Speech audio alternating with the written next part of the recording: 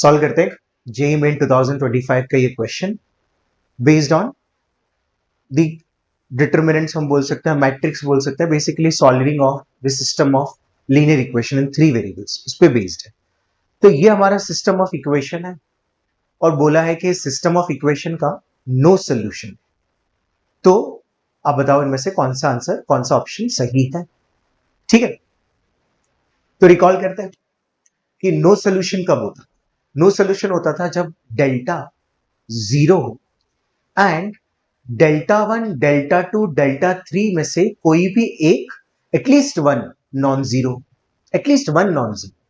ठीक है, so delta 0, तो डेल्टा कैसे बनेगा, कोफिशिएंट से 1 1 1, यहां से 1 2 5 1 5 लैम्डा क्या होना चाहिए 0। इसको सॉल्व किया है ना, 1 इंटू 2 लैम्डा माइनस 25, फिर -1 यहां पे।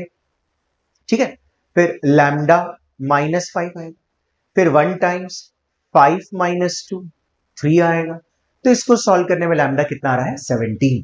तो लैम्डा की वैल्यू 17 नेसेसरी है, जरूरी है, डेल्टा का 0 होना जरूरी है।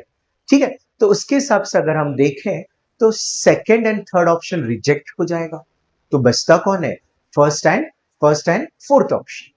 ठीक है, अब देखें कि डेल्टा 1, डेल्टा 2, डेल्टा 3 में से कम एक क्या होना चाहिए, नॉन जीरो, कम से कम एक, राइट। तो हमने पकड़ लिया डेल्टा 3 को, किसको पकड़ा, डेल्टा 3 को।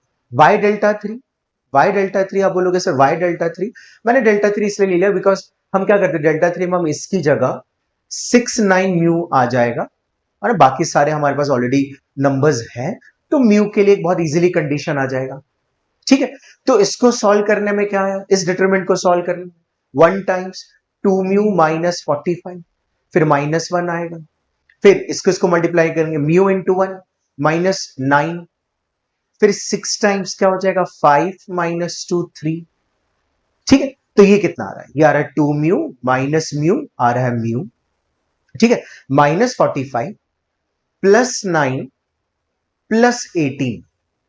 ठीक है, तो ये कितना हो जाएगा, जैसे आप देखोगे कि -45 है हमारे पास, -45 और फिर +9 हम कर दे तो -36, -36 +18 करें तो -18। तो डेल्टा 3, लेट्स से अगर डेल्टा 3 0 नहीं है, डेल्टा 3 हमने नॉन जीरो लिया, तो म्यू की वैल्यू 18 नहीं होना चाहिए, म्यू की वैल्यू 18 नहीं होना चाहिए। तो इसके हिसाब से हमारा आंसर क्या हो जाएगा, फर्स्ट ऑप्शन मैच कर रहा है, so we can say first option is a right answer.